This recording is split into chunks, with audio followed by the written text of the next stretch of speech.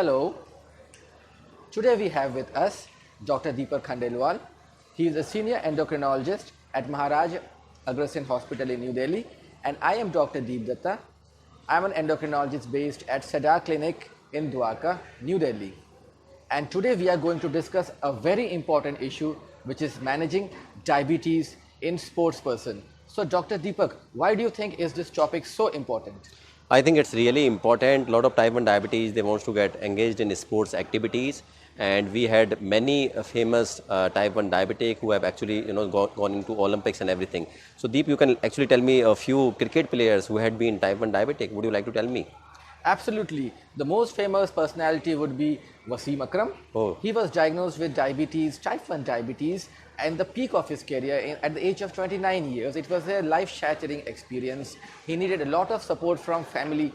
So family support and spouse support is very important so that we can optimize their not only athletic performance but also their glycemic control. So what are we scared of? As a doctor, what are we scared of in athletes with type 1 diabetes? So I think one of the most important thing always is hypoglycemias, whether it is subclinical hypoglycemias or severe hypoglycemias. Sometimes severe hypoglycemias, it can be life threatening.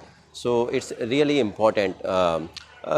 Deep, I have one thing in mind, whenever any athlete or any sports person is coming to you, they want to engage into this particular activity. So what are the things in your mind? How do you triage your patients? How do you look into that perspective? That's a very important question.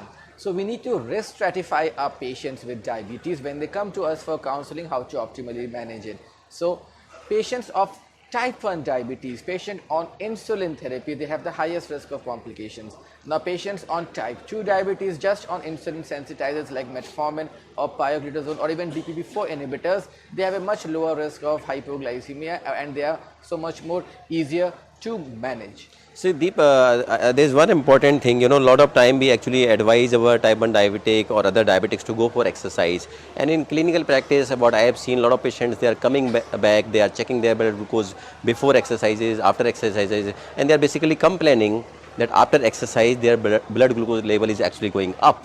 So how do you explain that? Yes, that's a very important question because many patients, we are not talking of athletes, they are simple general patients. After exercise, they notice my blood glucose has gone up. They say, doctor, what's the point of exercising? My blood glucose is shooting up. That's because their body is not conditioned. They have suddenly started exercising. So that leads to increased levels of stress hormones like cortisol, catecholamines.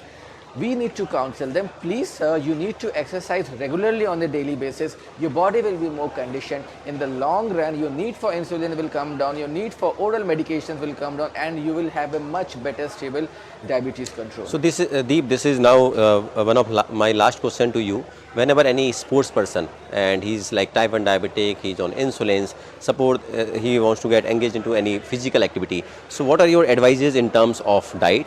What that sports person needs to do in terms of diet, pre-exercise, during exercise, in terms of blood glucose monitoring, and what can be done regarding the insulin doses? That's a very valid point, blood glucose monitoring, because we need to document it. So we check blood glucose to see how we are doing before a sporting activity, if possible during, and definitely after the sporting activity. We need to frequently check blood glucose to avoid both hyperglycemic and hypoglycemic crisis. Key pointers with food intake: take complex carbs before the sporting activity, replenish your hepatic glycogen stores.